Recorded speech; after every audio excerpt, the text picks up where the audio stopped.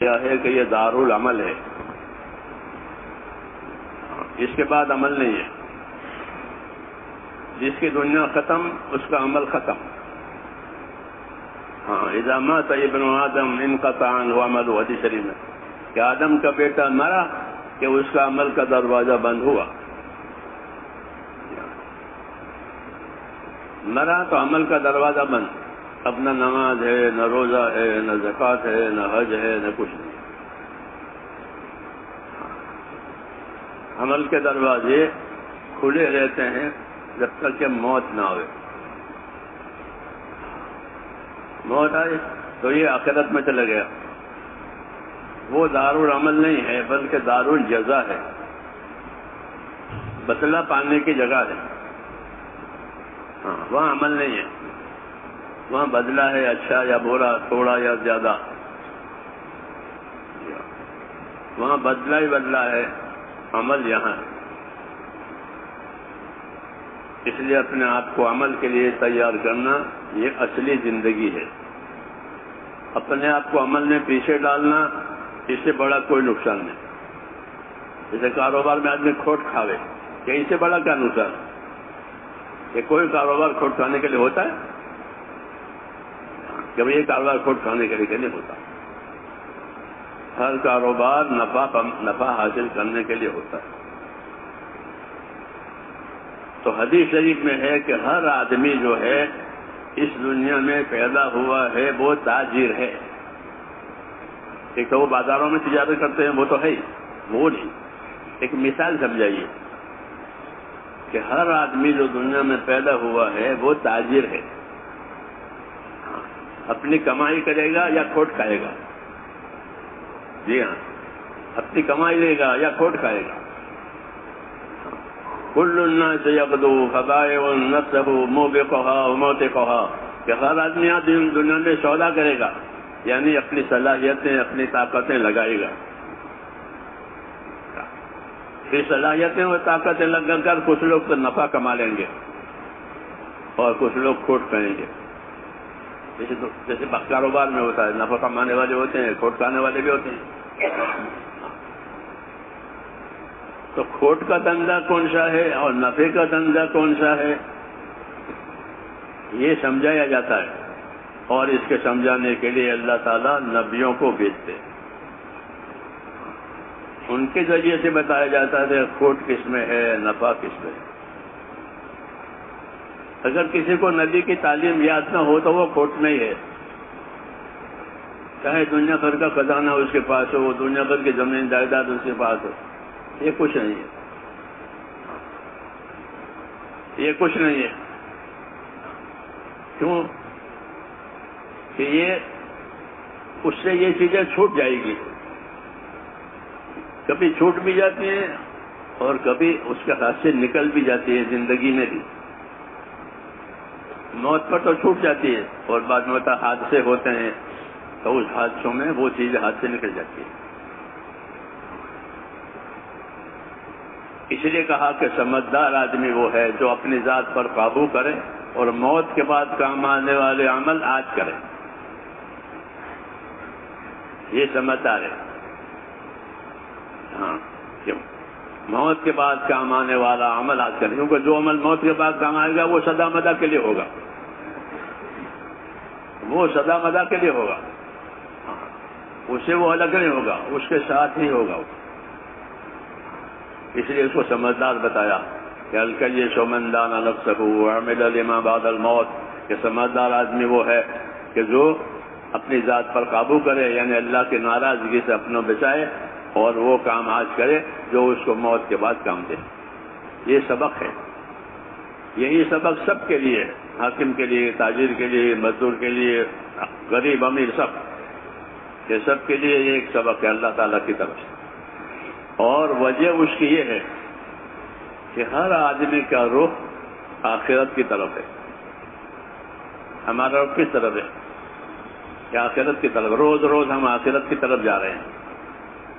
ہاں، ایک دن وقت آ جائے گا تو وہ اپنے آخرت میں اتر جائے گا. جیسے ریلوے اسٹیشن پر کہ ہمارا اسٹیشن آیا اتر گئے، سفر ختم، اپنی منزل آ گئی.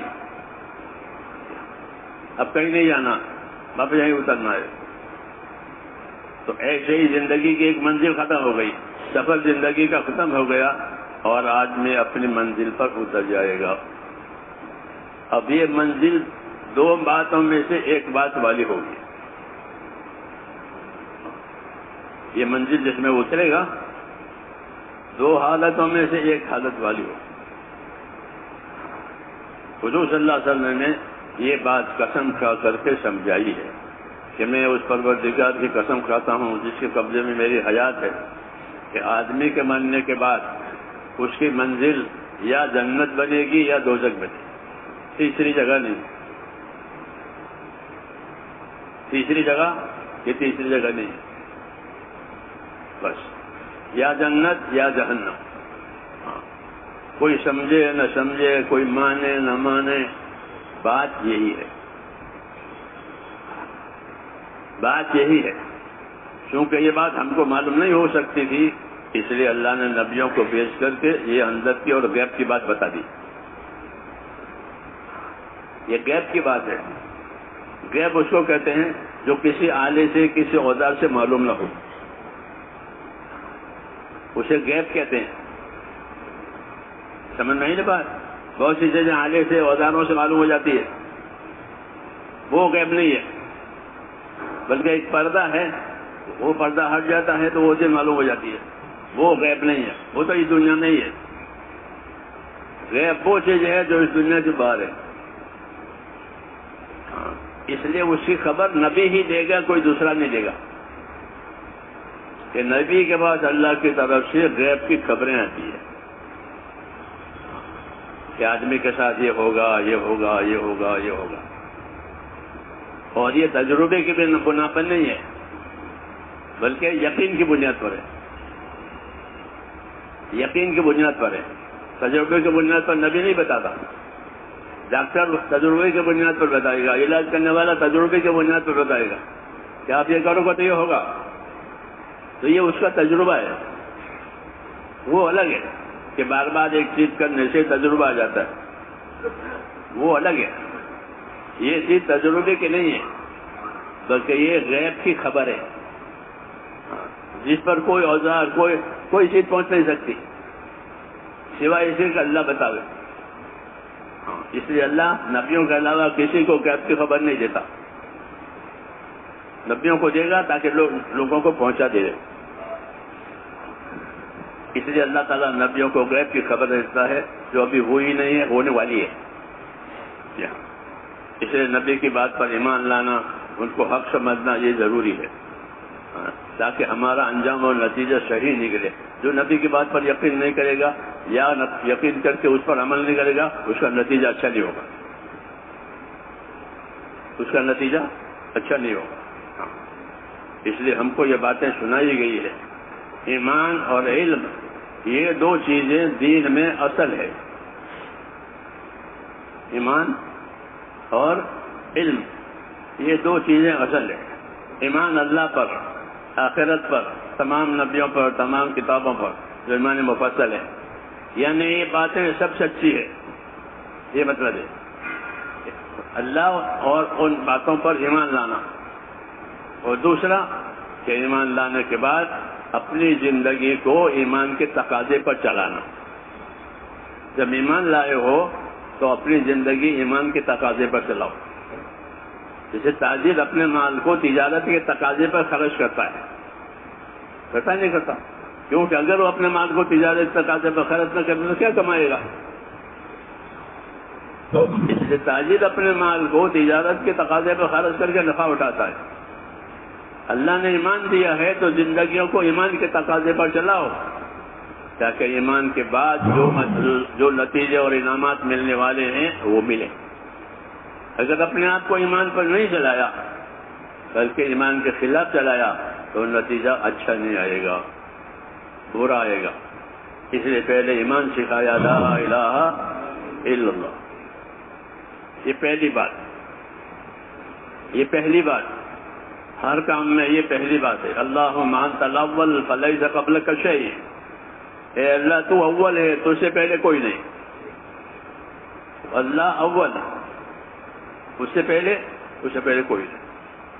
اور اللہ انت الاخر فلیس بعدک شیء، اور اللہ ہی آخر میں ہے، سب ختم ہو جائیں گے، ایک اللہ آخر میں رہ جائے گا. تو اللہ اول بھی ہے، اللہ آخر بھی ہے.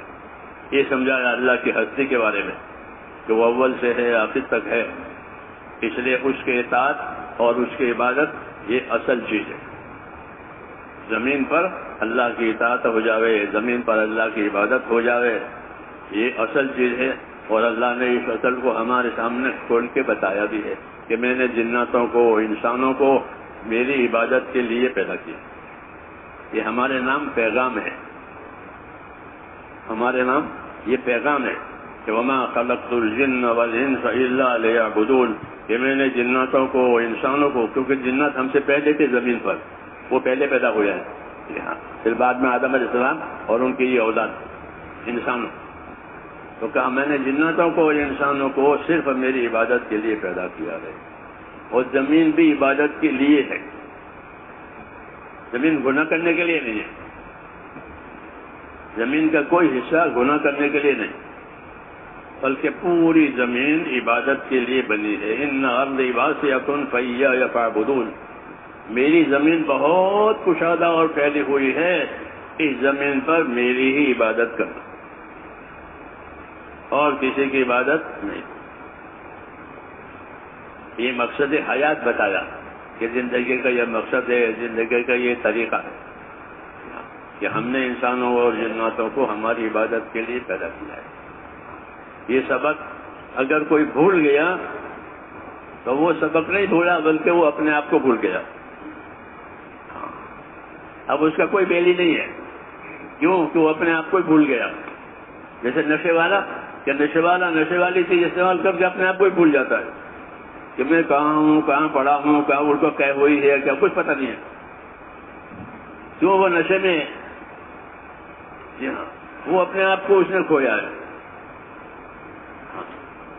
سب دنیا ٹھیک ہے، وہ کھویا ہوا ہے. ایسے ہی میرے دوستو آدمی پر نشہ چڑھ جاتا ہے.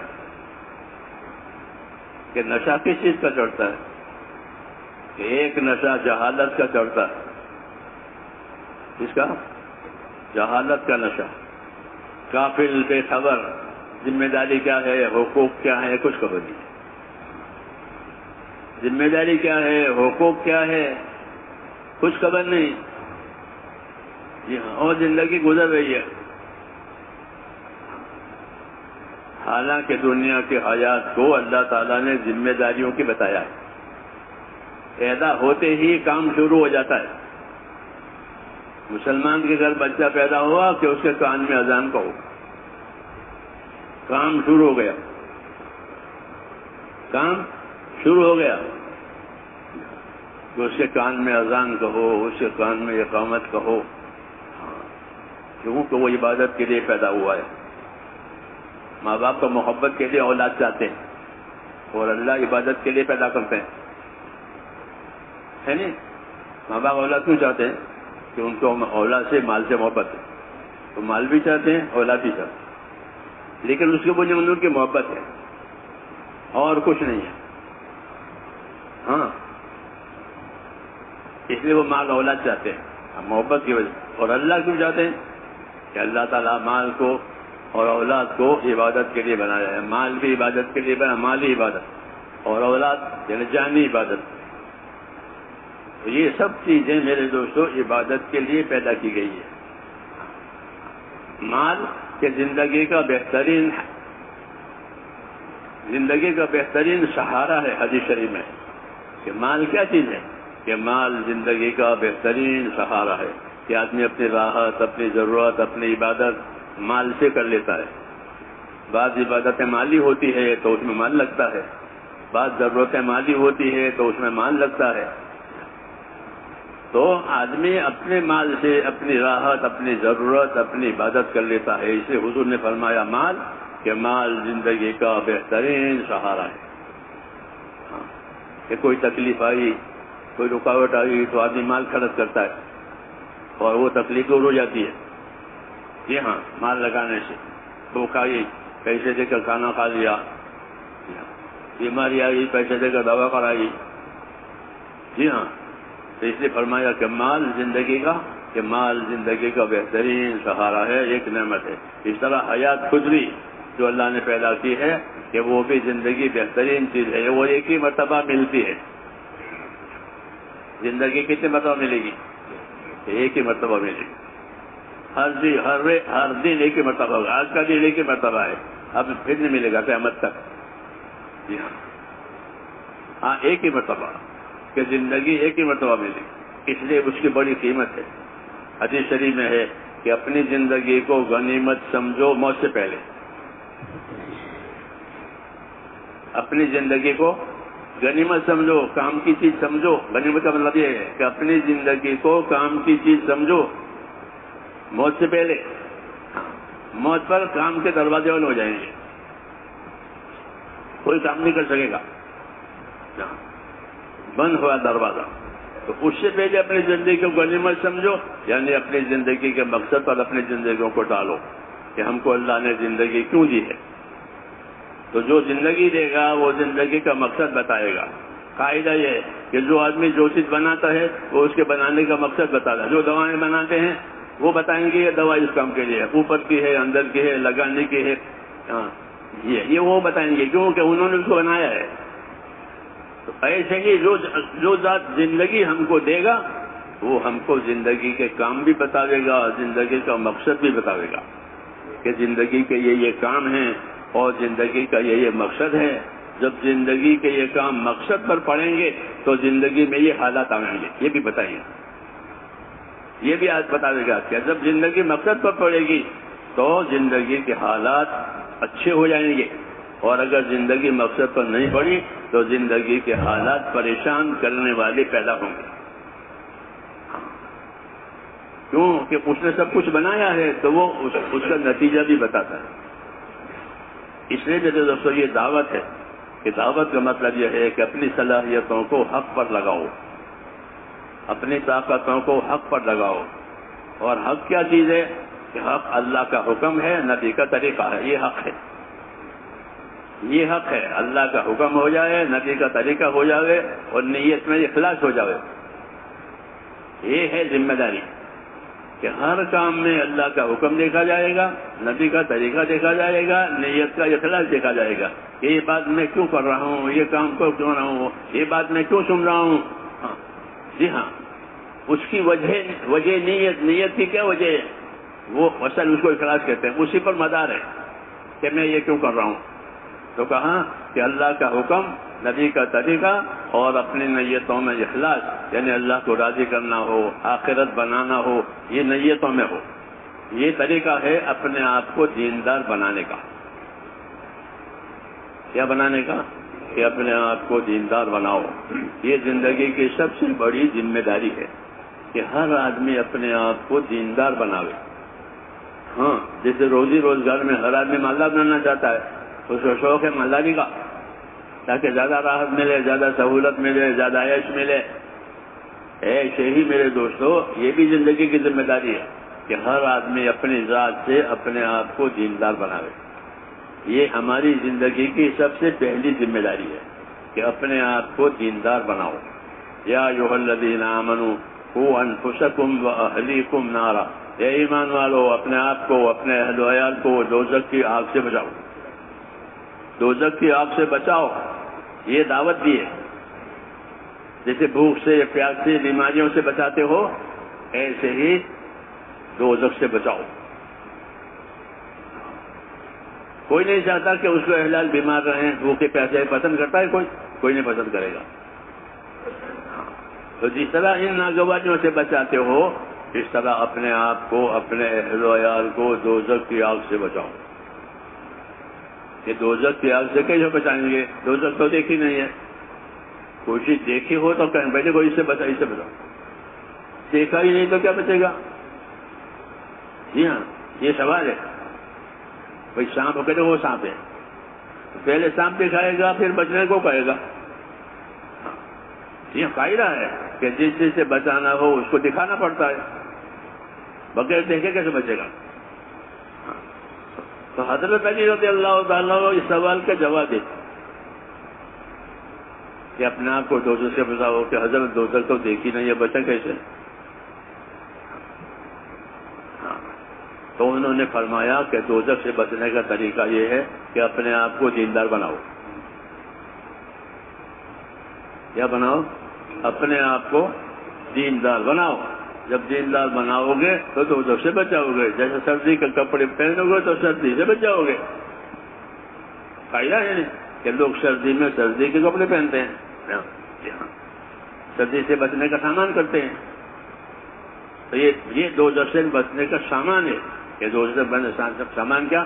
کہ اپنے آپ کو دیندار بناؤ. اور دیندار بنانے کا مطلب یہ ہے کہ اپنے ایمان میں قوت پیدا کرو. کیا پیدا کرو؟ اپنے ایمان میں قوت پیدا کرو. کیونکہ ہمارے پاس اصل چیز ایمان ہے. اسی ایمان کو سنبھالنا ہے اور اس ایمان کو لے جانا ہے آخرت میں. اور کوئی چیز لے جانے کی ہے نہیں.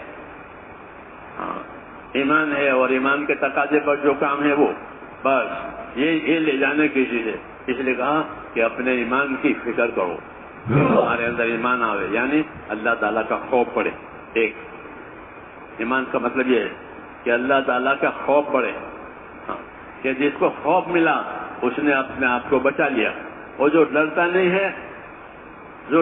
ہے وہ پھنس جاتا ہے. ہاں اس لیے ڈرایا جاتا ہے. دیکھو دیکھو دیکھو، ڈرایا جاتا ہے کہ ڈرے گا تو بچے گا، ڈرے گا تو صحیح چلے گا. حدیث شریف میں ہے کہ من خاف ادلج ومن ادلج بلغ المنزل. ہاں کہ جو ڈرا وہ تو صحیح چلا اور جو صحیح چلا وہ اپنے منزل کو پہنچا. فائدہ ہے یہ کہ جو ڈرا وہ صحیح چلا، وہ جو صحیح چلا وہ اپنے منزل کو پہنچا. اس لیے اپنی زندگی کو سنبھالنے کے لیے ایک تو اپنے اندر اللہ کا ڈر پیدا کرنا ہے. بچے ڈرتے نہیں ہیں تو اس روز کی حرکتیں کرتے ہیں، پھر پریشان ہوتے ہیں. ہاں کہ چاقو سے کھیلنے لگ گئے تو ہاتھ کٹ گیا. جی ہاں، کیونکہ وہ ڈرتے نہیں ہیں کہ کیا ہوگا، ان کی عقل نہیں ہے. اس کو ڈرایا جاتا ہے. اللہ تعالیٰ ہم کو اپنی ذات سے ڈراتے ہیں کہ مجھ سے ڈرو. فاتقون یا اولی الالباب، او عقل مندو مجھ سے ڈرا کرو. کہ اللہ سے ڈرنے کا کیا مطلب ہے؟ کہ تھر تھر کانپتے رہو. یہ مطلب ہے کہ تھر تھر کانپو. کہ نہیں، کانپنا نہیں ہے، بلکہ اللہ سے ڈرنے کا مطلب یہ ہے کہ اپنے آپ کو اللہ کی ناراضگی سے بچاؤ. کہ کوئی کام ایسا نہ کرو کہ جس کی وجہ سے اللہ ناراض ہو جائے. یہ مطلب ہے. کیونکہ اللہ کا ناراض ہونا بہت خطرناک بات ہے.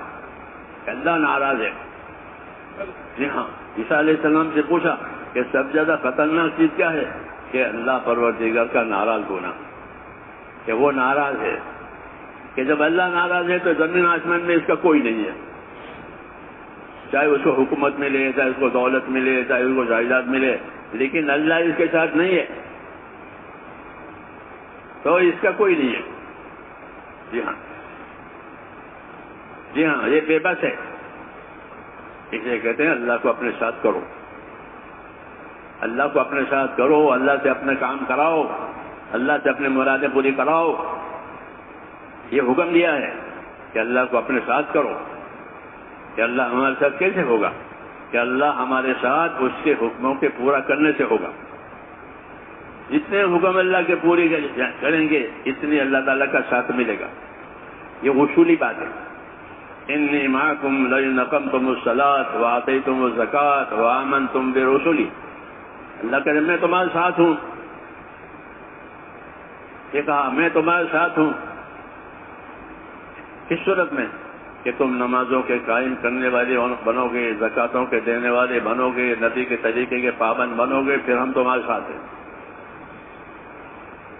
بس کہ اللہ ساتھ ہو گیا کہ سارے حالات ساتھ ہو جائیں گے. سارے حالات ساتھ ہو جائیں گے. دشمن بھی دوست ہو جائے گا. دشمن دوست ہو گیا. کیوں؟ کہ اللہ ساتھ ہے. اس کی دشمنی اللہ تعالیٰ نے اس کے دل میں سے کھینچ لی. اللہ یہ کرتے ہیں کہ دشمن کے دلوں میں سے دشمنی کھینچ لی. ہاں اور اپنا خوف ڈال دیا، اب وہ ڈرتا ہے، دشمنی نہیں کرتا. یہ اللہ کے سوائے کوئی دوسرا نہیں کر سکتا. وَيُذْهِبْ غَيْظَ قُلُوبِهِمْ وَيَتُوبُ اللَّهُ عَلَىٰ مَن يَشَاءُ کہ اللہ تمہارے دشمنوں کے دلوں میں سے وہ دشمنی نکال دے گا. رسول صلی اللہ علیہ وسلم کے جتنے دشمن تھے وہ یا تو ہلاک ہو گئے جو ضدی تھے، اور باقی دوست ہو گئے. باقی دوست ہو گئے. ہاں، آپ کے تابع ہو گئے. لاکھ سے زیادہ آپ کے صحابہ ہیں، یہ سب دوست ہو گئے. جو ماننے کے لیے تیار ہو گئے تھے وہ بھی دوست ہو گئے. کیوں؟ کہ اللہ نے ان کے دلوں میں سے دشمنیاں نکال دی. یہ اللہ کرتے ہیں. ہاں، اس لیے میرے دوستوں بڑی طاقت جو ہے وہ اللہ کی ہے. دین کا بڑا نفع یہ ہے کہ اگر دین آیا تو ہم اللہ کی قدرت سے اور طاقت سے فائدہ اٹھائیں گے. اور ہمارے پاس دین نہیں ہے تو ہم اللہ کی قدرت اور طاقت سے صحیح معنی میں فائدہ نہیں اٹھائیں گے. پھر ہم اسباب کے پابند ہو جائیں گے کہ پیسے ہوں گے تو یہ ہوگا، عہدے ہوگا، مدد نہیں ہوگی تو یہ ہوگا. ہاں، پھر اسباب کی طرف نگاہ جائے گی، قدرت کی طرف نگاہ نہیں جائے گی. بعد الموت کہ باہوش آدمی وہ ہے جو اپنی ذات پر قابو کرے، یعنی اپنے آپ کو اللہ کے رضا والے کاموں میں لگائے، قابو کرے اپنے اوپر، اور موت کے بعد کام دے وہ عمل آج کرے. یہ دعوت ہے، یہ دعوت ہے کہ سمجھدار آدمی وہ ہے. حدیث شریف میں کہ سمجھدار آدمی وہ ہے کہ جو اپنی ذات پر قابو کرے، کہ اپنے آپ کو قابو کرے، یعنی وہ کام نہ کرے جس سے اللہ ناراض ہو، اور اس کام میں پیچھے نہ رہے جس سے اللہ راضی ہوتا ہو. ہاں، یہ قابو کرنے کا مطلب ہے کہ اس کام سے پیچھے نہ رہے جس سے اللہ راضی ہوتا ہو، اور اس کام کو نہ کرے جس سے اللہ ناراض ہوتا ہو. ہاں، یہ قابو کرنے کا مطلب ہے. اگر یہ بات ہے تو وہ سمجھدار ہے. یہ سمجھدار ہے کہ اس سے اس کی دنیا سنورے گی، آخرت بنے گی. ہاں، اس کے لیے اللہ تعالیٰ نے ہم کو یہ دین دیا کہ دین تمہاری دنیا سنوارے گی اور آخرت میں کامیابی ہوگی. کیونکہ دنیا میں تو رہنا نہیں ہے، دنیا سے تو ہر آدمی کو جانا ہے اپنا وقت پورا کر کے. اس لیے یہاں کی کامیابی اصل کامیابی نہیں ہے. یا تو ضرورت پوری ہو جاوے، راحت مل جاوے تاکہ زندگی کا مقصد پورا ہو جاوے. اتنا ہی ہے کہ زندگی عبادت کے لیے ہے. اللہ ایسی سہولت دے، ایسی راحت دے کہ زندگی عبادت پر گزر جاوے. یہ اتنا یہاں کافی ہے. اصل زندگی تو موت کے بعد کی ہے. وہ اصل ہے، وہاں سے کوئی واپس نہیں آئے گا. ہاں، وہ اس کو سدا مدار رہنا ہے. اس لیے اس کام کا اثر یہ ہوتا ہے کہ اگر تبلیغ اور دعوت صحیح معنی میں رہی عمل میں تو پہلا اثر اس کا یہ ہوگا کہ اب آدمی اپنے آخرت بنانے کی فکر میں رہے گا کہ میری آخرت بنے، میری آخرت بنے. ہاں، یہ پہلی چیز ہے. کیونکہ صحابہ یہی کہتے تھے کہ ہم کو سب سے بڑا فکر اپنی آخرت بنانے کا ہے، کیونکہ ہم جا رہے ہیں آخرت میں، اور وقت بھی نہیں بتایا، اچانک جائے گا آدمی. ہر آدمی اپنے آخرت میں اچانک جائے گا. اس کو خبر دے کر نہیں لے جائیں گے کہ آپ کو پرسوں لے جائیں گے، بلکہ ان کو اچانک لے. تو ہر آدمی کی موت اچانک آتی ہے. موت کا یہ دستور ہے کہ وہ خبر دے کر نہیں آتی بلکہ وہ اچانک آتی ہے. ہاں، اس جب وہ اچانک آتی ہے تو کہا اس کے لیے تیار رہو، اس وقت میں بھی آ جائے. اور تیاری کا مطلب یہ ہے کہ اپنے آپ کو دین کا پابند کرو، دین سیکھو. ایک تو دیکھا دیکھی عمل کرنا، اس کا کوئی اعتبار نہیں ہے. جیسے ہمارا آج مزاج ہو گیا ہے کہ ہم دیکھا دیکھی عمل کر لیتے ہیں. حج کیا ہے تو حج میں دیکھا دیکھی عمل کرتے ہیں. کوئی حج سیکھ کر جانے والے بہت کم کہ جو حج سیکھ کر جاتے ہوں. اتنے ہزاروں لاکھوں روپے خرچ ہوتے ہیں.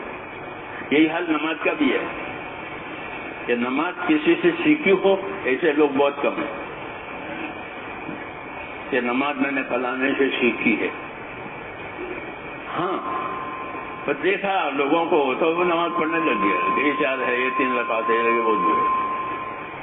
تو کوئی عبادت ہماری علم پر نہیں ہے. ہاں، جہالت پر ہے، بے خبری پر ہے، کیونکہ دیکھا دیکھی کر رہے ہیں. ہماری دعوت کا مقصد علم و ذکر کے ذریعے سے یہ ہے کہ مسلمان کا ہر کام علم کے ساتھ ہو، یعنی اس میں یہ دیکھے میرے اللہ نے مجھے کیا حکم دیا ہے اور میرے نبی نے مجھے کیا طریقہ دیا ہے، کیونکہ اللہ حکم دے گا، نبی طریقہ دے گا، اس کو دین کہتے ہیں۔ حکم اوپر سے آئیں گے اور طریقے کے طریقے نبی دیں گے، جیسے نماز کا حکم اوپر سے آیا کہ نماز قائم کرو، تو اللہ نے تو نماز قائم کرنے کا حکم دیا کہ نماز کیسے قائم کرے، تو نبی نے نماز پڑھ کے بتایا اور یہ حکم کہ جیسا مجھے نماز پڑھتے دیکھا ہے ویسا کرو۔ اس کو طریقہ کہتے ہیں کہ حکم اوپر سے آئے گا، طریقہ نبی سے ملے گا۔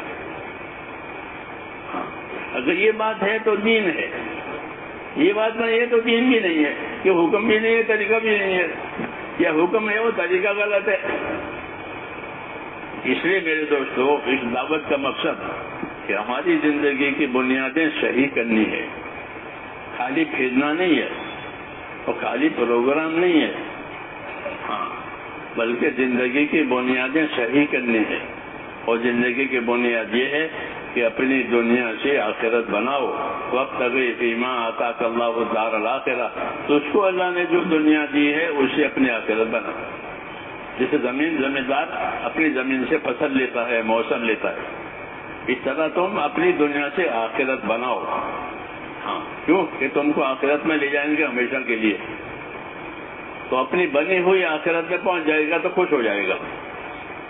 جیسے بنا ہوا گھر ہے اور اس میں ہاں اب ہو گیا تیار، یہ چابی لو، تو چابی لے کر اپنے بال بچوں کے ساتھ وہ بنے ہوئے گھر میں پہنچ جائے گا، خوش ہو جائیں گے بچے بھی، سب بھی، کیوں کہ بنی ہوئی جگہ پہنچ گئے۔ اور کوئی بگڑی ہوئی جگہ میں جب لے جا کے کھڑا کر دے تو آدمی پریشان ہو جاتا ہے۔ اس لیے میرے دوستو، اس دعوت کا یہ مقصد نہیں ہے کہ وقت لگے، وقت لگنا تو ہمارے کہتے وقت لگنا تو اس کام کے الف با تا ہے، یہ کوئی اصل بڑی چیز نہیں ہے۔ جماعتوں کی نقل و حرکت فرماتی تھی یہ تو ہمارے کام کی الف با تا، جیسے بچے الف با تا پڑھتے ہیں، یعنی بنیادی چیز ہے، مگر اسی پر گزارا کرنے کی اجازت نہیں کہ ہم تو نکلتے ہیں تو تم تو الف با پڑھتے ہو۔ ہاں، کہ ہمارے ہاں نقل و حرکت قافلوں کی یہ تو ہمارے کام کی الف با تا ہے، ملفوظات پڑھ کر دیکھو۔ ہاں، تو ابھی تو ہم الف با تا میں بھی نہیں ہیں۔ جی ہاں، کیونکہ اس کی ترتیب بھی پوری نہیں ہو رہی ہے، جبکہ ہمارے ذمہ یہ ہے کہ اپنے آپ کو پورا دیندار بناؤ۔ ادخلوا فی السلم کافہ، اپنے دین میں پورے آ جاؤ، ایک ٹانگ باہر ایک ٹانگ اندر، ایسا اپنے دین میں پورے آ جاؤ اور پورا موت تک اس پر باقی رہو۔ اپنے دین میں پورے آ جاؤ، موت تک اس پر باقی رہو، کہ تمہاری موت اس حال میں آ گئے کہ تم اپنے دین پر باقی ہو۔ ولا تموتن الا وانتم مسلمون، تمہاری موت اس حالت میں آ گئے کہ تم اپنے دین کے پابند ہو، کہ دین کی پابندی کے ساتھ موت آوے۔ حضرت عمر فرماتے تھے کہ جیسی زندگیاں گزرے گی ویسی موتیں آئے گی، جیسی زندگی گزرے گی ویسے موت آئے گی، کما تحیون تموتون، اور جیسے موتیں آئے گی ویسے قبروں میں سے اٹھیں گے۔ ہاں، یہ سلسلہ ہے، یہ ایک سلسلہ ہے کہ زندگی کیسے گزاری ہے، کہ موت بھی ویسے آئے گی، پھر جیسے موت آئے گی ویسے آخرت میں اٹھے گی۔ اس لیے میرے دوستو، ایک نازک بات ہے یہ کہ ہماری زندگی کا رخ کس طرف ہے، یہ دیکھنا پڑے گا کہ ہماری زندگی کا رخ کس طرف ہے، اللہ کی طرف ہے یا کہیں دوسری طرف ہے۔ اللہ کی طرف ہے ہماری زندگی کا رخ یا کسی دوسری طرف ہے، یہ دیکھنا پڑے گا، کیونکہ جیسی زندگی گزرے گی ویسی موت آئے گی۔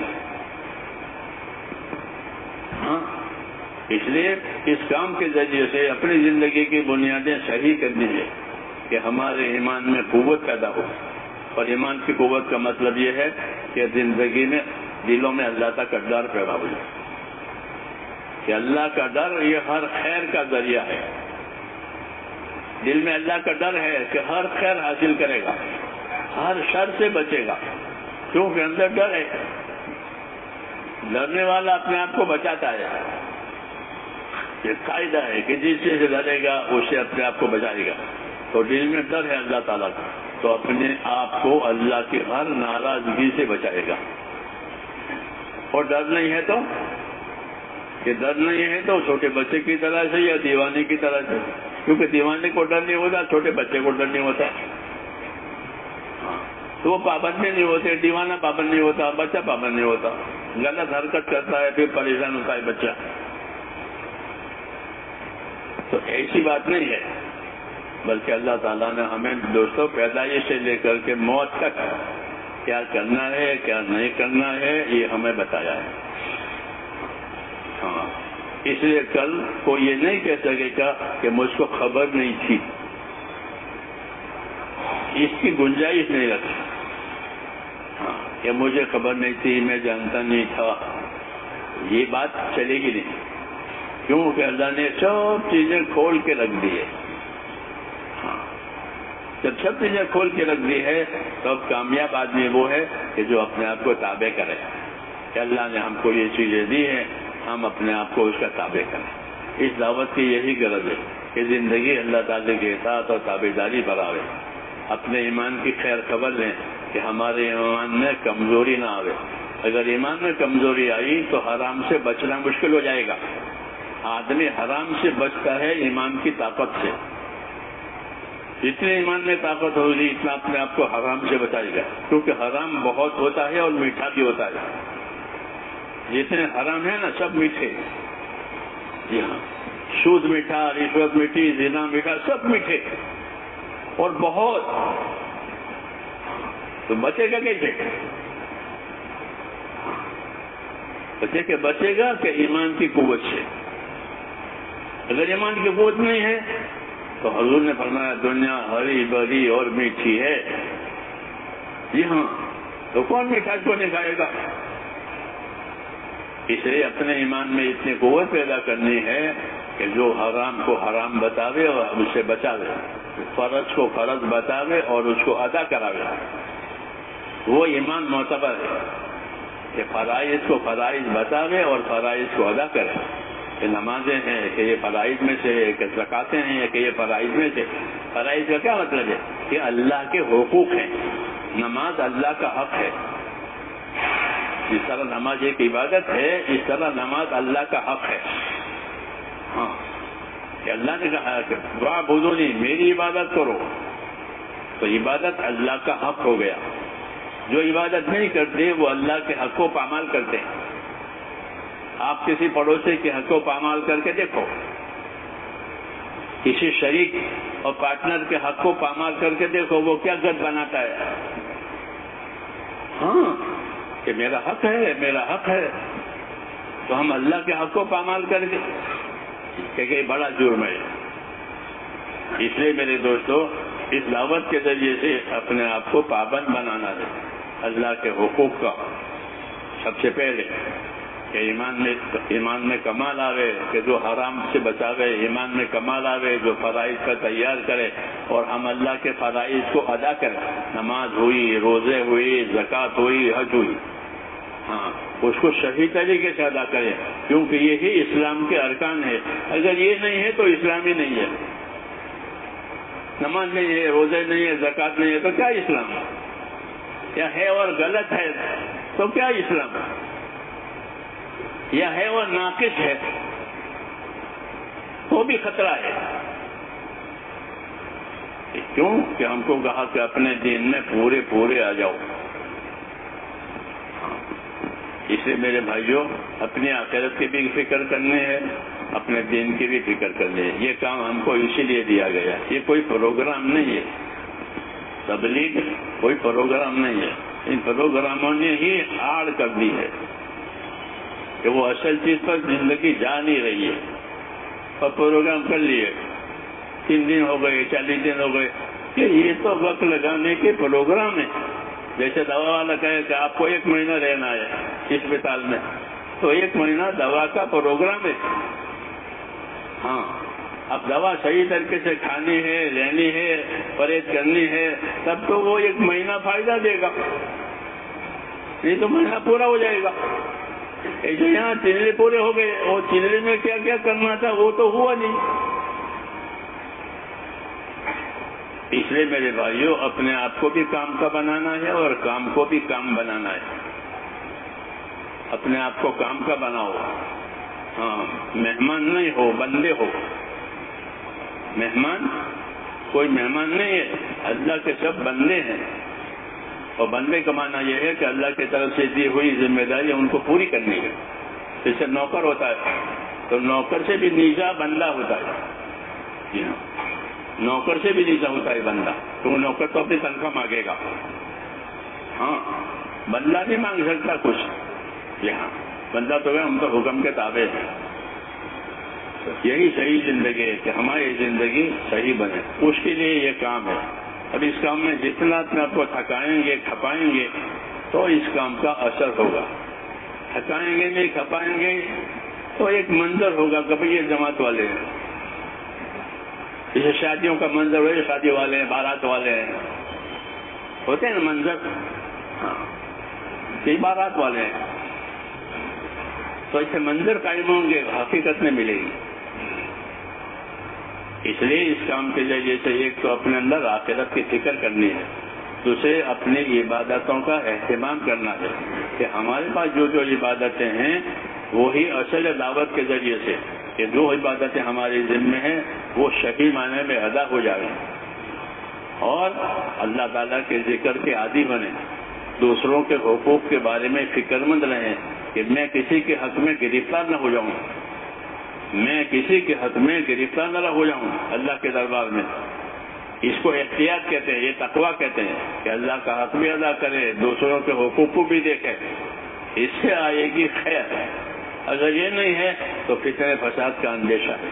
جب حقوق کی پائمالی ہوگی تو فتنہ ہوگا، فساد ہوگا. اس لیے ہم کو کہا کہ جو چیز اپنے لیے پسند کرو وہی دوسرے کے لیے پسند کرو، جو چیز اپنے لیے ناپسند کرو وہ دوسروں کے لیے پسند کرو. اس کو انصاف کہتے ہیں کہ انصاف سے رہو، احسان سے رہو. انصاف تو یہ کہ جو اپنے لیے پسند کرو وہی دوسرے کی پسند کرو، جو اپنے لیے ناپسند کرو وہ دوسرے ناپسند. یہ واجب ہے، یہ واجب ہے. اس سے آگے احسان ہے کہ اپنی ذات سے دوسروں پر احسان کرو، اپنی ذات سے دوسروں کو بھلائی پہنچاؤ. ہاں کہ اس سے محبت اور بھائی چارہ پیدا ہوگا. اور جب بھائی چارہ اور محبت پیدا ہوگی تو ہر کام آسان ہو جائے گا. ہاں ہر کام آسان ہوئے گا. جیسے آپس میں تناؤ ہو گیا تو ہر کام مشکل ہو گیا. فائدہ ہے کہ گھر میں تناؤ ہو گیا تو ہر کام گھر میں مشکل. کیوں؟ ان میں تناؤ ہے. اور اگر ان میں تناؤ میں ہے، ان میں تعاون ہے تو ہر کام آسان ہے. تو ہمارے اس کام میں یہ ہے کہ جو اپنے لیے پسند کرو وہ دوسروں کے لیے پسند کرو. اور اس سے آگے کہ اپنی ذات کی طرف سے دوسروں پر احسان کرو، دوسروں کو اپنی ذات سے بھلائی پہنچاؤ. کیونکہ نبیوں کا یہی طریقہ ہے. نبی تو اپنے دشمنوں کے لیے بھی بد دعا نہیں کرتے تھے اور اپنے ستانے والوں سے بدلہ بھی نہیں لیتے تھے. ہاں حضور صلی اللہ علیہ وسلم نے کسی سے بدلہ نہیں لیا. جی ہاں، حالانکہ آپ کو بہت ستایا گیا. کیوں؟ کہ ہم اس لیے نہیں آئے ہیں کہ لوگوں سے بدلہ لیں، ہم تو لوگوں کی خیرخواہی کے لیے آئے ہیں. تو یہ امت کا یہی کام ہے کہ وہ اپنی بھی خیرخواہی کرے، دوسروں کی بھی خیرخواہی کرے کہ میرا بھی بھلا ہو جائے، دوسروں کا بھی بھلا ہو جائے. تب تو دین ہے، نہیں تو تناؤ ہے. اس لیے ہم کو تناؤ میں سے نکالا ہے. مدینے والے لڑتے رہتے تھے، حضور صلی اللہ علیہ وسلم نے ان کو تناؤ میں سے نکال دیا اور ان کو بھائی بنایا. ہاں دعوت کے ذریعے سے وہ بھائی بن گئے. اسمتم بنعمت اخوانا، کہ تم اللہ کے دین کی وجہ سے بھائی بن گئے، ورنہ تم تو دشمن تھے. تو اس کام کا یہ اثر ہے کہ جو غلط چیزیں ہیں وہ نکل جائے گی، جو صحیح چیزیں وہ آ جائے گی. شرط یہ ہے کہ اپنے اس کام کو کام بناؤ. خالی منظر قائم کرنا کافی نہیں ہے، بلکہ کام کو کام بناوے. تو اس لیے میرے بھائیوں یہی درخواست ہے ہر بھائی سے کہ اس کام کو کام بناوے اور اپنی زندگی اللہ تعالیٰ نے چونکہ دین کے لیے دی ہے اس لیے دین کو زندگی میں زیادہ زیادہ داخل کرے. تو پھر زندگی خوشگوار ہو جائے گی، زندگیاں خوشگوار ہو جائے گی. یہاں مبارک بن جائے گی زندگیاں دین آنے کی وجہ سے. اسی کی یہ دعوت کہ اپنے جان مال کو امانت سمجھے، اپنی جان مال کو اللہ کی امانت سمجھے اور امانت سمجھ کر اس کا استعمال کرے. تو اس سے آئے گی برکت. اس سے برکت آئے گی. اگر جان مال فضولیت میں گیا تو زندگی میں غفلت آئے گی. جی ہاں، اس لیے جان مال کا صحیح طریقہ یہ اس کام کا مقصد ہے، تاکہ اللہ کا کلمہ بلند ہو جائے. مسلمان کا کام ہے کہ جان مال کو صحیح لگاوے تاکہ اللہ کا کلمہ بلند ہو جائے. یہ ہمارا مقصد ہے. اللہ مجھے اور آپ کو اس کی توفیق دے. آپ بتاؤ اس کے لیے کون کون تیار